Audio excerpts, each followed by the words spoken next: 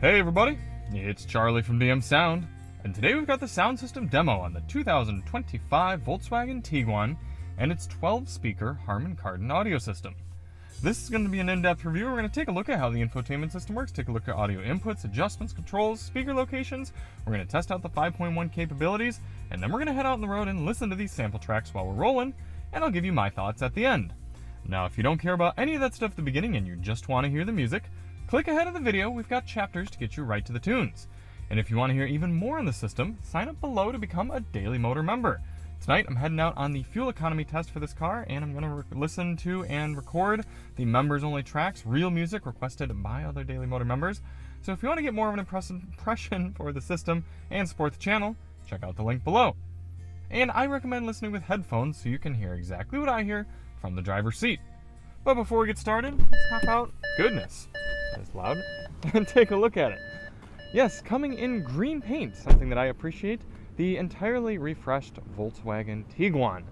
Not a big fan of the front face, but other than that, there seems to be quite a lot to like about this compact crossover, although it is certainly growing and starting to encroach upon that midsize crossover space just slightly.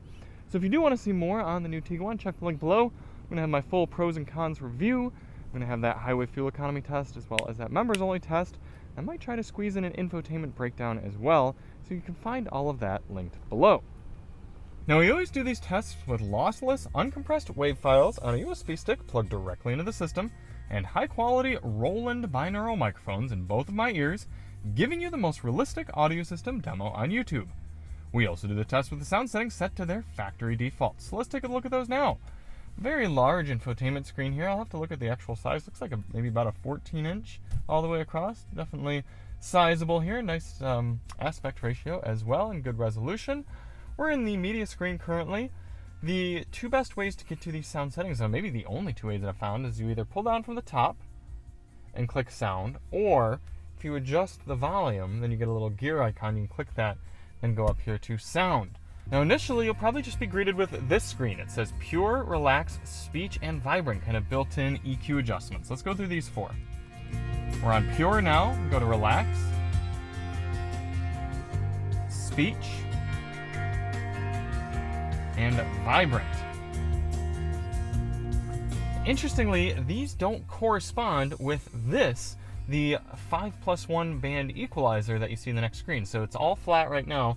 If you choose Vibrant, despite it seeming like it's picking up different elements of the equalizer, it doesn't actually change it here. So you can kind of have both. You could have both the custom EQ and the built-in EQs adjusted at the same time.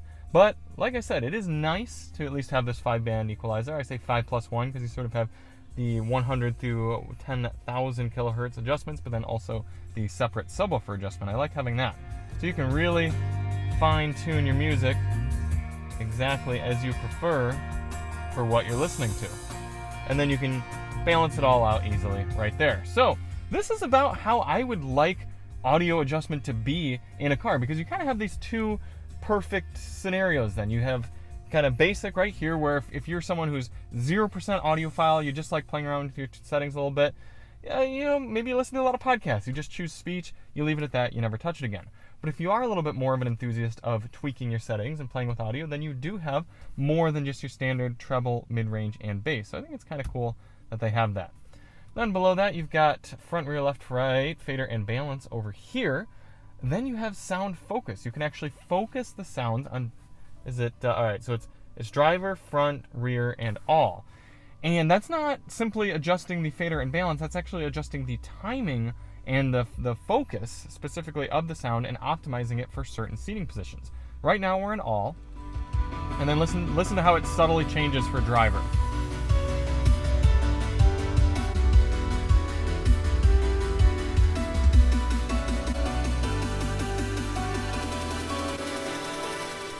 So if it's just you in the car, you should change it to just focus on the driver. That's going to time everything to sound best for the seat. Because you have to realize when it's on all, it's trying to provide a decent listening experience for everybody in the vehicle in any position. But if you can focus on just the driver, it's going to sound that much better for you. And then you have surround over here. And I appreciate how Volkswagen and Harman have done, oh, I didn't say anything, just cancel. Cancel. It seems that we have a hot word here. Looks like you can just tap the screen to get rid of it, though. It's much snappier than some of the bad offenders we've seen in the market. But I like how you can just go from stereo up to surround. So let's go through that. We're on stereo now.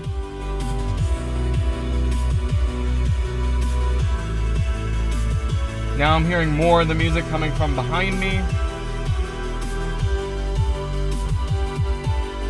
We'll have to give it a little more testing. It doesn't sound too artificial when you're just kind of part way up, but when you really get toward high surround, it definitely doesn't sound true to recording. So a lot of great adjustability here in the system. I really appreciate that, especially, I mean, at any price point, but at a little bit more of a mainstream market car, that's a nice amount of adjustability there. For audio controls here in the Tiguan, you have 3 separate volume adjustments. I think this is kind of funny. You have your standard right up here slider, which I haven't been a fan of. Right now, I'm not even that sweaty, but something about this piano black material gets very grippy. I don't like the feeling of it on my finger to scroll through, but Volkswagen seems to be responding to some of the complaints about that in some of their previous vehicles, and they've given us a volume knob here. Actually, very nice to turn, good clickage. You cannot press down to mute it, though, because pressing down actually changes its functionality to adjust through both drive modes and what Volkswagen calls atmospheres. So instinctually, you would press down on this to mute the volume. Unfortunately, that's not how it works, but it's kind of nice having that volume adjustment here for both the driver and passenger nonetheless. Then you also have physical clicky buttons on the left side of the steering wheel here for volume. I like that. For track control, unfortunately, no track adjustments physically in the middle here, so you have to be on the proper screen. So for example, right now, if I wanted to skip to the next track and I were the passenger, I'd have to leave the EQ screen, go back here to media, change my track. The driver has track adjustments physically on the right side of the steering wheel. I appreciate that. What I would like to see as Volkswagen matures away from this control is give us physical track controls right here and the volume control here. I guess there'd be a disconnect, but it's something to consider. Audio inputs here in the new Tiguan. You have AM, FM, Sirius XM satellite radio. Let's check for HD. Yes, we have HD radio. Internet radio. I don't know what provider that internet radio is. Nothing seems to be happening, so I assume we are not subscribed. Then you have Bluetooth, support for wired and wireless, Apple CarPlay and Android Auto, and 2 USB-C ports. What does that mean you're missing? Well, there's no USB-A port, so make sure you have an adapter if you're using a USB-A device. And there's no 3.5mm auxiliary input jack, but no surprise there. Speaker locations. As I said, this is a 12-speaker system. Man, that is loud. You know what? Let's, I'm going to leave the door closed here for a moment. Goodness. Woofer down there, 1. Mid-ranger, 2. Tweeter, 3. Center mid-ranger, 4. 5, 6, 7 on the other side. Coming into the back, you've got 8 woofer, 9 tweeter, 10 woofer, 11 tweeter on the other side. And then we've got a subwoofer in the cargo area. Let's see if we can see it. I hear it. But it must be buried away somewhere because I do not see it. Before we get out on the road, let's test the 5.1 capabilities of the system. Now, I don't suspect many people are using 5.1 audio in this car, but I've been impressed with the media system so far, so I'm kind of curious if, or really rather how it handles it. However, do we have... Okay, there it is. Yep. So it looks like you can play FLAC files, no problem. Using the immersive audio album surround demo and channel track test. Welcome to the immersive audio album channel configuration test. Left. Center. Right. Left surround. Okay. Right surround. LFE. So it doesn't play 5.1 music, but it downmixes properly to stereo, so I'm happy enough with that. And with that, let's get out on the road. Actually, I do have one more thing I want to test here real fast. I think it was 2 weeks ago's video, the EX30, we had to use Bluetooth in order to test our 5.1 audio. And somebody in the comments said that Bluetooth is not capable of playing 5.1 channel. So with a car here that downmixes properly, I'm just curious how it handles this situation.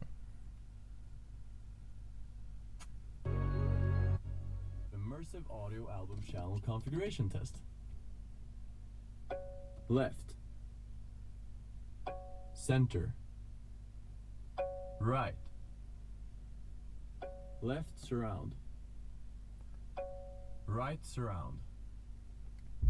LFE. Okay, so again, everything is properly downmixed there. So I'm going to need to try on a car that does have proper 5.1 support and see how Bluetooth handles that. But with that, let's get out on the road.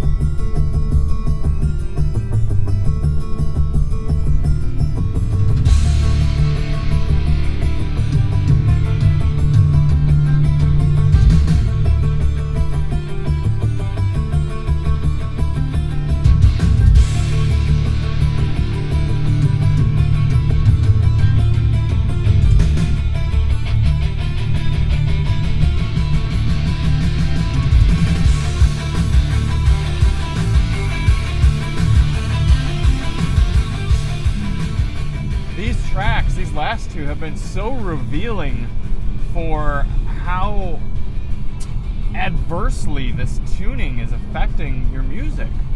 If you're listening to the same songs that you're used to, you're going to be really surprised at how they sound on the system with the stock EQ. This is the first system that I can remember that I've had to turn the bass down so dramatically just to get to any sort of balance in my songs. And typically we test at flat EQ because that's what the sound engineers intend the system to sound like. But I'm going to comment on that a little bit more at the end of the video. I suspect Volkswagen really had some sway with the tuning on this one. For these next two tracks though, we're going to turn the bass, the 100 hertz and the subwoofer all the way up. Let's see what happens. I don't know how much power we're going to have to support this, but we'll see what we get. So this is flat.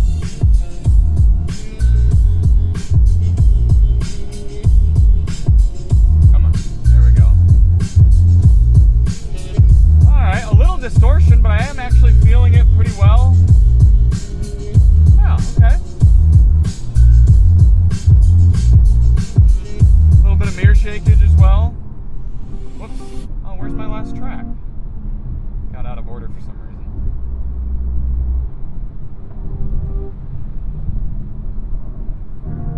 There we go.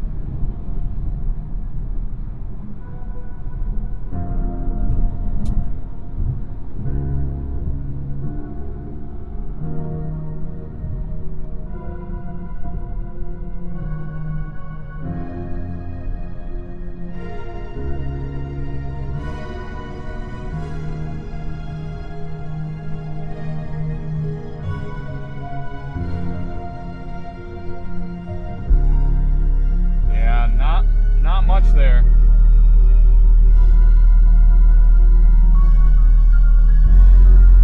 Well, there we go. There's a little bit coming in, I guess.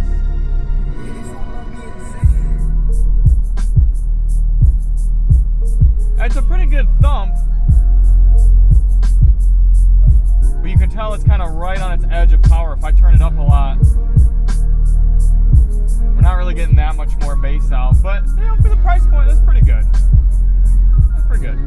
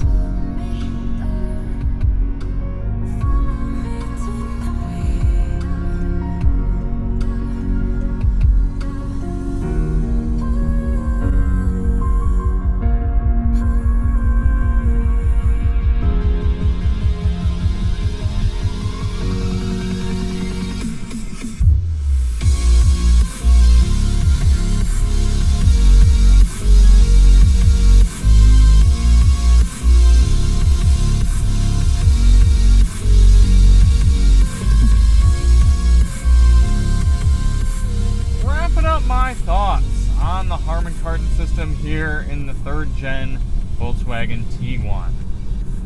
I'm really torn because on one hand, the system has great customization and to a degree, controls as well. I really appreciate how even at this price point, Volkswagen has given us a 5-band EQ, plus the subwoofer, plus the sound focuses, plus the different presets.